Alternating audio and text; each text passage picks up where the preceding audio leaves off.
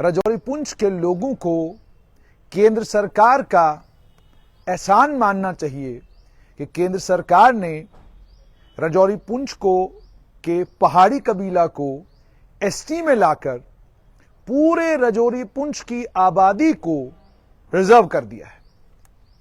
यह खबर बहुत इंपॉर्टेंट और बड़ी सिग्निफिकेंट है कि पूरा राजौरी पुंछ का जितना इलाका है, उस इलाके की जितनी आबादी है, उसमें क्या अमीर क्या गरीब, तमाम के तमाम लोग आज के दिन रिजर्व हो चुके हैं और वो सभी के सभी एसटी की रिजर्वेशन का बेनिफिट यानी एसटी की रिजर्वेशन का फायदा लेने वाले बन गए हैं।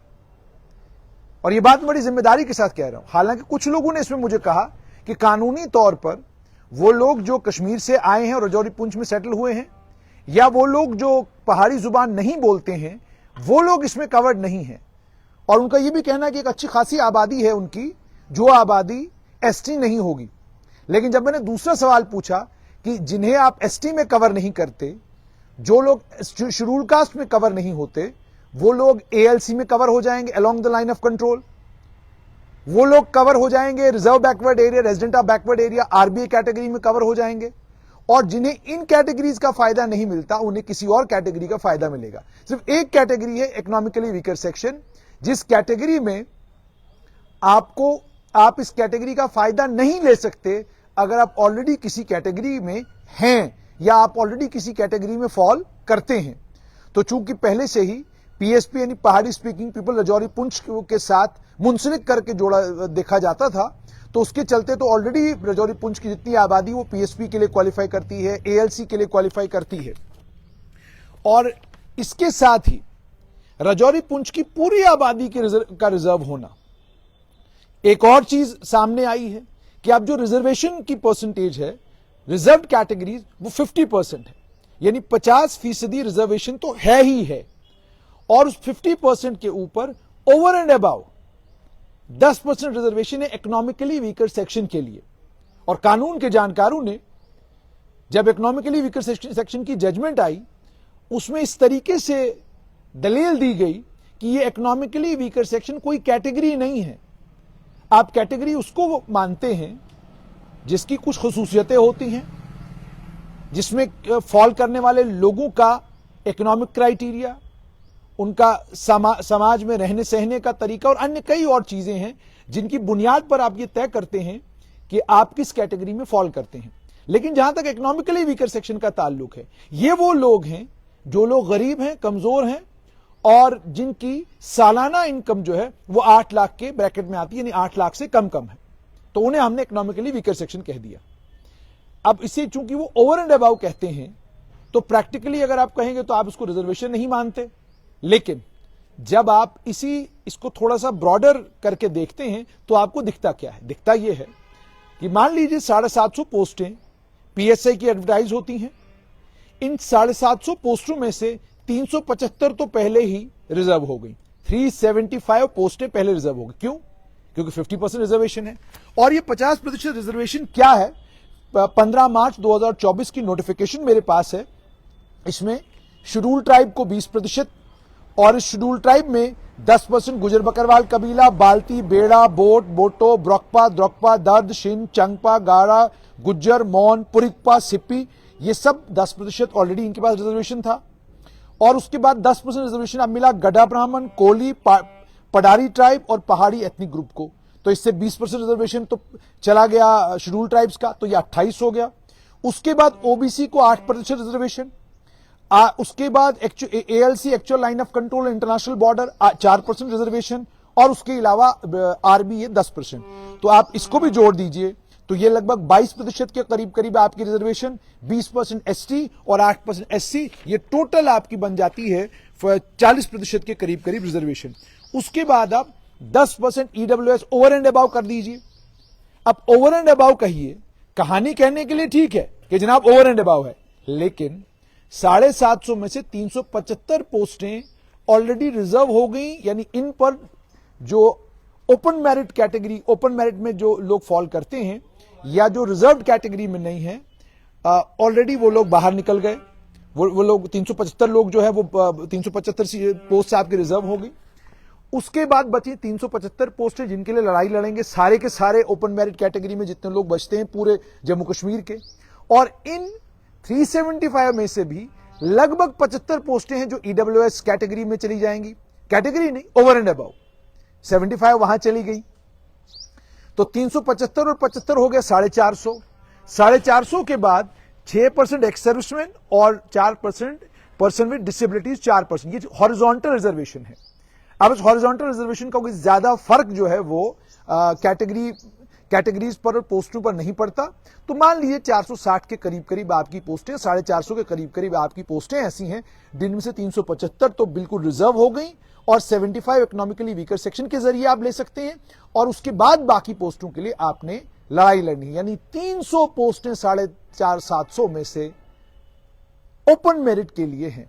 और अब अगर मान लीजिए सरकार ने जिस समय अध्यादेश जारी किया, नोटिफिकेशन या एडवर्टीजमेंट निकाला, उसमें महिलाओं को भी या बच्चियों को भी 15% या 5% या 4% रिजर्वेशन दे दी, तो आपकी रिजर्वेशन कहां पहुंच गई?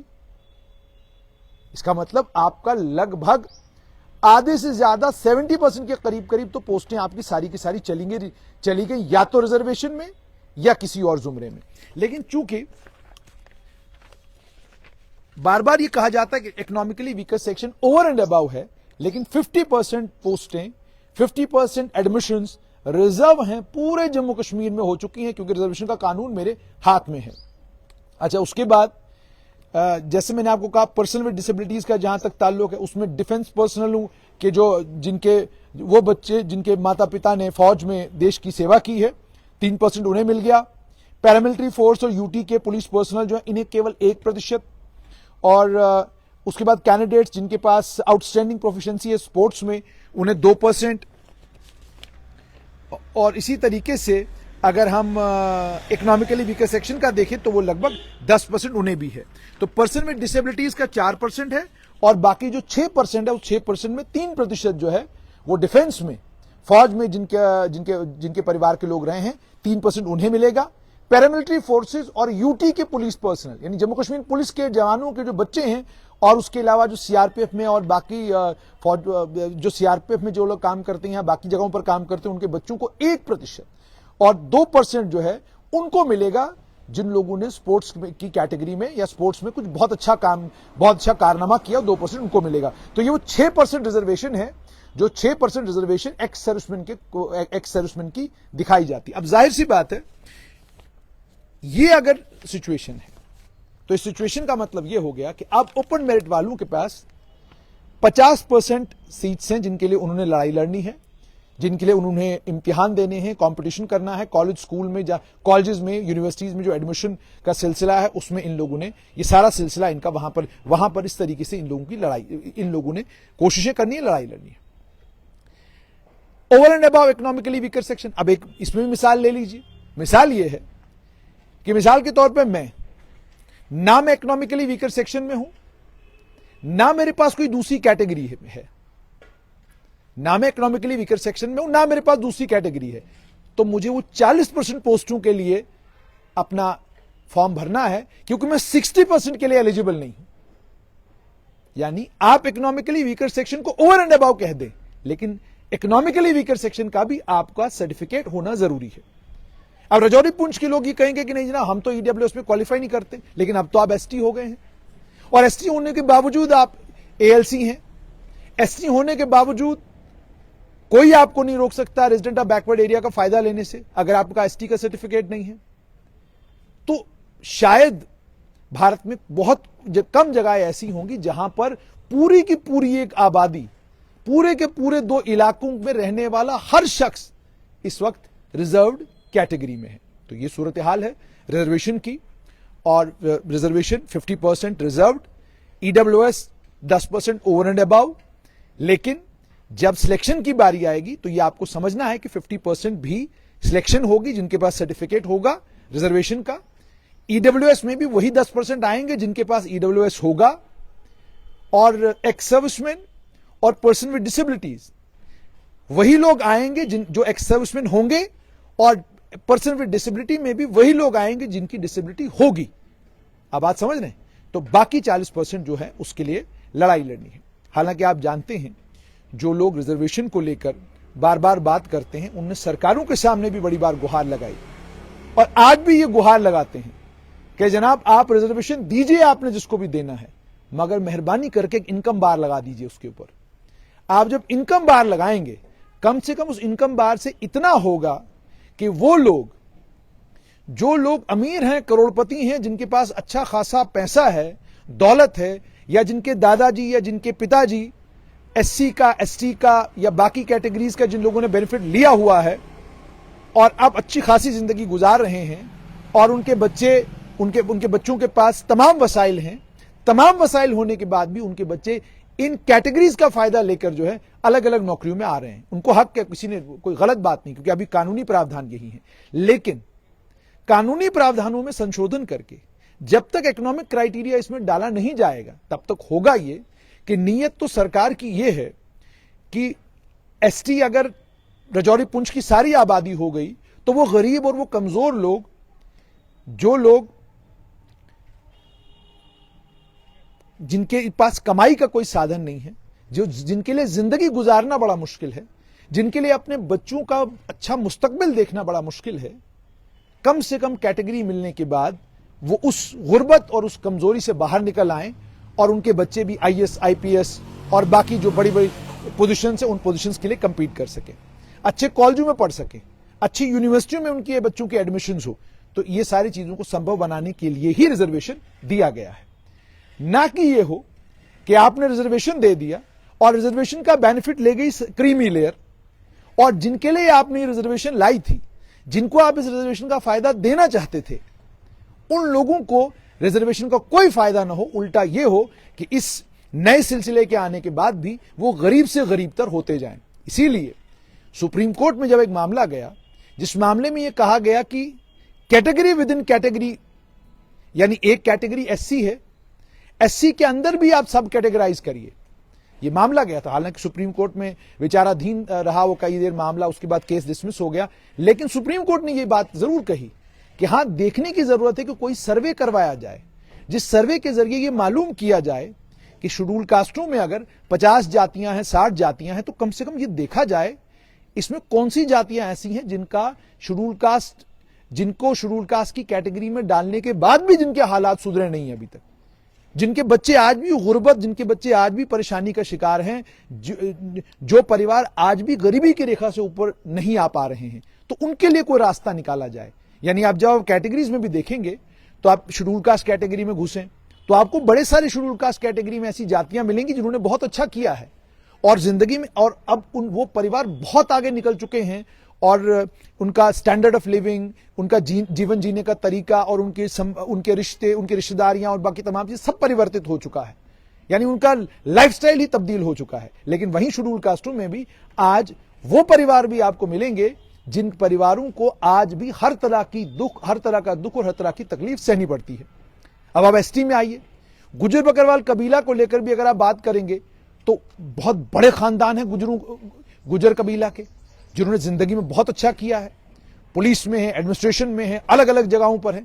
लेकिन वहीं पर गुजर बकरवाल कबीला के बीच में बकरवाल कबीला के लोग हैं, आज भी आपको वो वही पूर्वजों का काम करते नजर आएंगे, आज भी वो खानाबदोशों की जिंदगी गुजार रहे हैं, आज भी उनका जो जीवन जीने की शैली, उनका चलने फिरने का तरीका, उनका जिंदगी जीने का तरीका मुझसे आपसे बिल्कुल मुख्तलिफ है। आज भी हमें लगता है कि एसटी का जो बेनिफिट बकरवाल कबीला को होना चाहिए था वो नहीं हुआ, एसटी का जो बेनिफिट दूर दराज इलाकों में रहने वाले गुजर कबीला के लोगों को होना चाहिए था वो नहीं हुआ। और सबसे मजेदार बात ये देखिए, गद्दी सिप्पी की बात की जाए, कितने गद्दी सिप्पी अफसर आज सिस्टम में हैं मालूम कीजिए। द्रोकपा ये जो जितनी मैंने कास्टें गिनवाई हैं, कितने बाल्टी हैं, कितने बेड़ा हैं, कितने बोटो हैं, कितने दर्द हैं, कितने शिन हैं। और अगर आप कंगन की बात करेंगे, वहां पर एक आबादी है जो आबादी पिछले कई सालों से एक गुहार लगा रही है कि जनाब हम जो हैं एसटी में आते हैं लेकिन हमें एसटी का सर्टिफिकेट नहीं मिलता, हमें डिक्लाइन किया जाता, हमें कहा जाता कि आप एसटी के जुमरे में नहीं आते हैं। कोई इकोनॉमिक क्राइटेरिया तो एसटी में है नहीं, लेकिन वो नहीं आते हैं। और इसी तरीके से अगर हम बात करें कितने गरा हैं, कितने पुरिकपा हैं, कितने सिप्पी हैं, इसका भी तो सर्वे होना चाहिए भाई। कितने प्रतिशत लोग हैं जो गुर्बत से बाहर निकल गए हैं, कितनी परसेंट आबादी अभी बाकी है जिसको गुर्बत से बाहर निकालना जरूरी है और जिसके लिए रिजर्वेशन को कंटिन्यू करना और रिजर्वेशन के बेनिफिट्स उन तक एक्सटेंड करना जरूरी है।